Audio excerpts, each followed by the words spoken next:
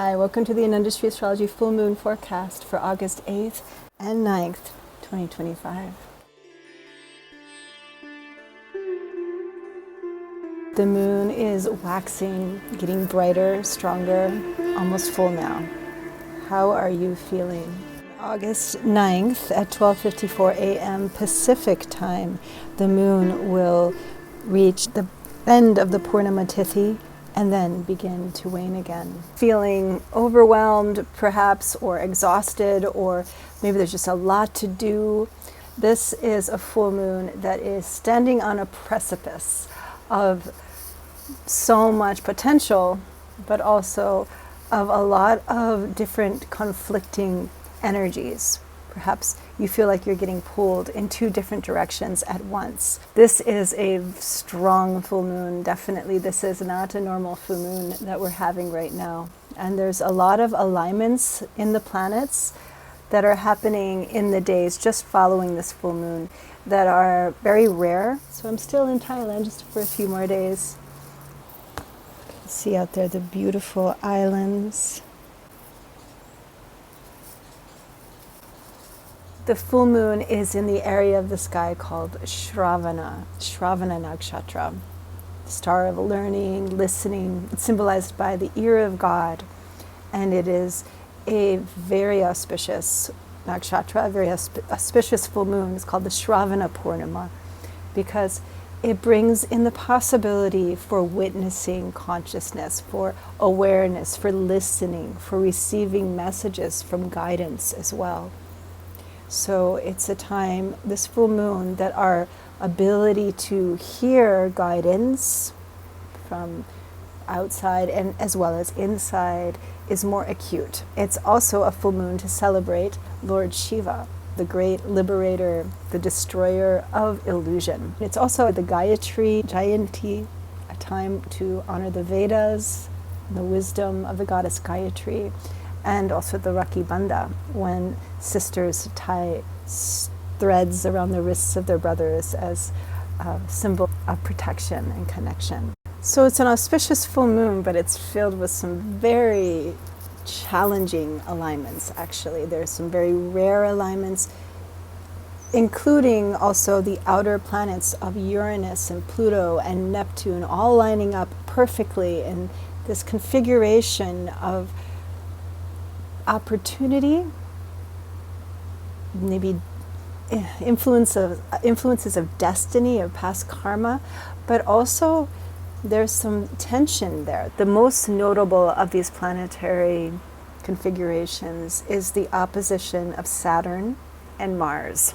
Saturn being the great limiting contractor energy of karma of the world, and Mars being this fiery, energetic influence of war and violence. So as you can imagine, these two in a perfect opposition can create a lot of tension.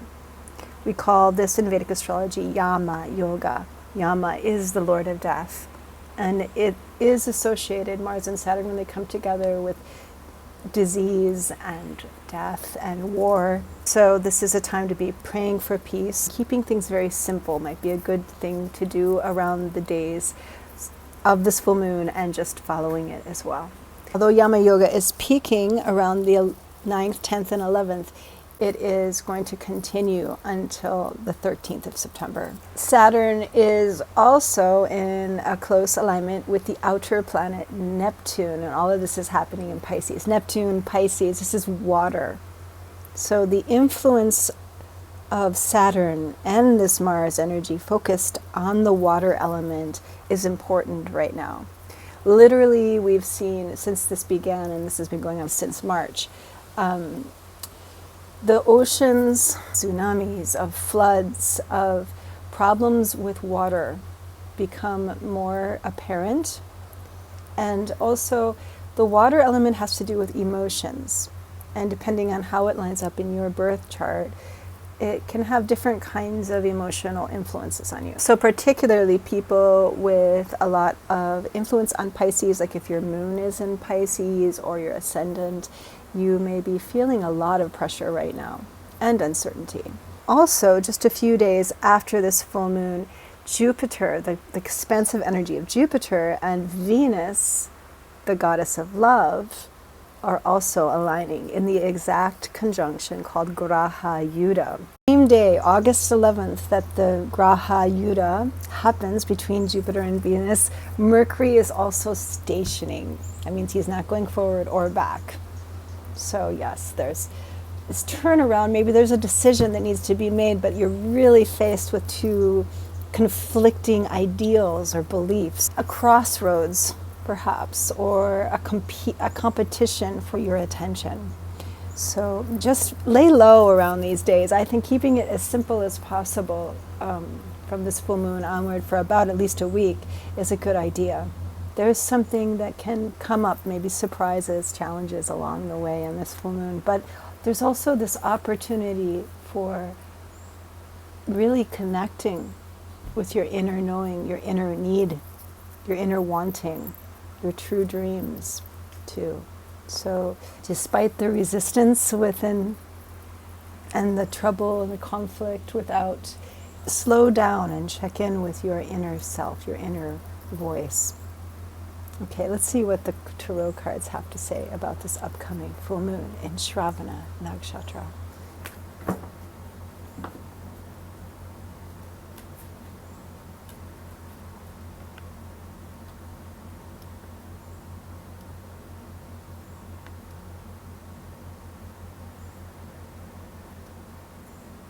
Okay, so the first card that came through, the Princess of Discs.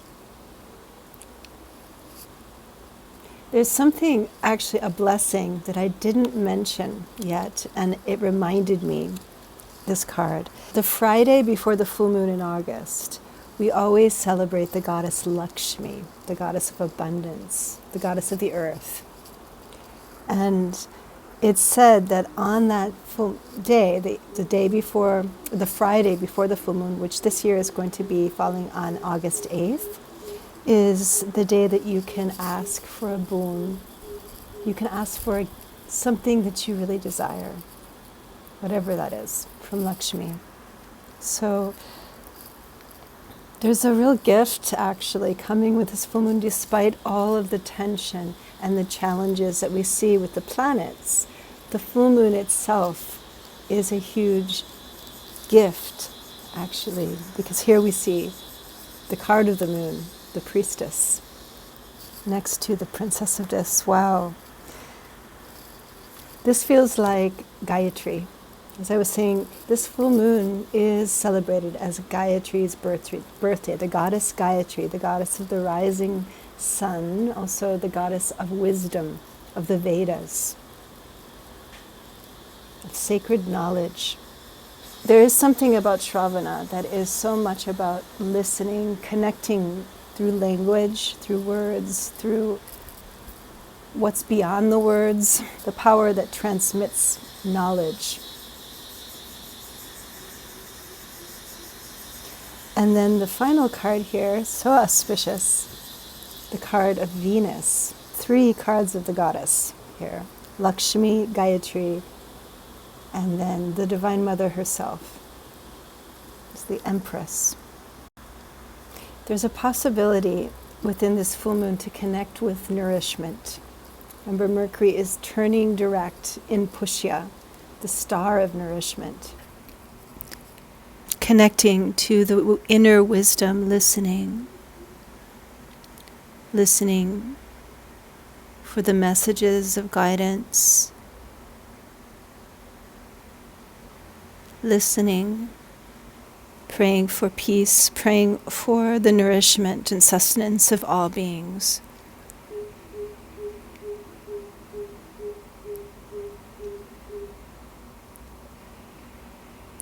Remember the wisdom that comes from within, the Mother of creation, who protects and supports us all. There is plenty for you and all on this world. Listen for the guidance, the instructions, and how to help her deliver her gifts. Okay. Thank you for coming to this full moon forecast. I do offer Vedic astrology readings and tarot readings online on Zoom. You can book with me on anandastrology.com.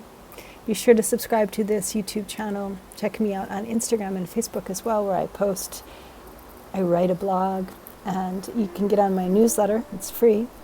And I will see you soon.